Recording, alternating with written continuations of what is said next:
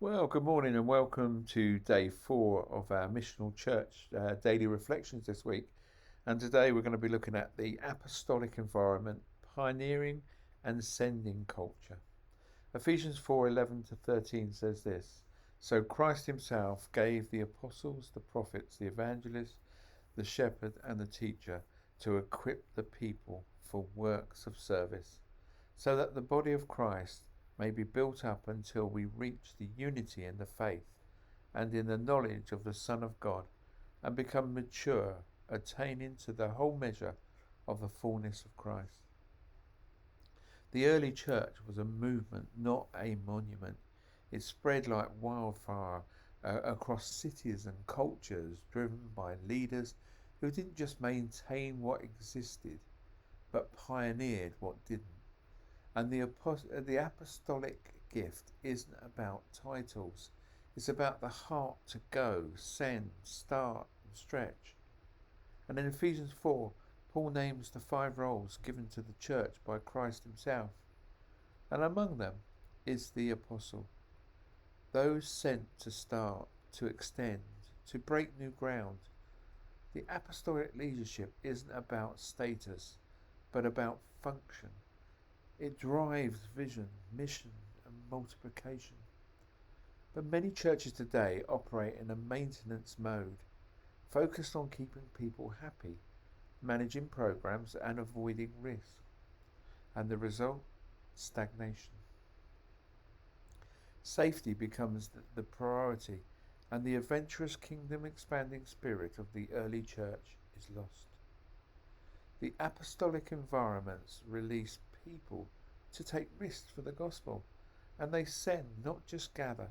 They ask, what's next? Instead of, how do we preserve what we have? You see, creating this kind of culture doesn't mean that every person becomes a church planter, but it does mean that every person is equipped and empowered to live sent lives, innovate, and to act boldly on their kingdom calling. So ask honestly, is our church structured to maintain or multiply? And do we celebrate risk and experimentation, or do we resist change? Maybe to write down one way your church defaults to safety over sending. Then to pray for God to reignite that pioneering spirit in that area. Spot the pioneers. Every community has potential church planters, movement starters, and kingdom innovators. They just need room to breathe. Who in your church has a vision that feels too big or too different? And talk with them, encourage them, ask how the church can help them to act on it. Start small with missional experiments. Apostolic environments don't require massive budgets. They need freedom to test, try, and learn. So propose a small-scale experiment, a neighborhood project, a prayer walk initiative, a community meal.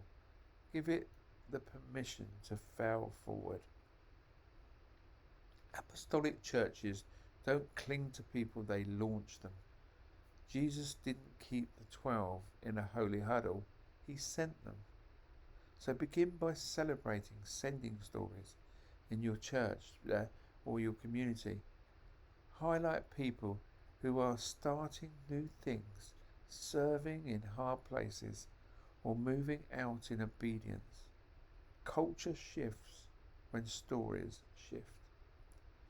The church was never meant to be a cruise ship. It's a launch pad. And when apostolic leadership is restored, people are released into purpose. New ground is claimed for the gospel, and the church becomes a living movement once again.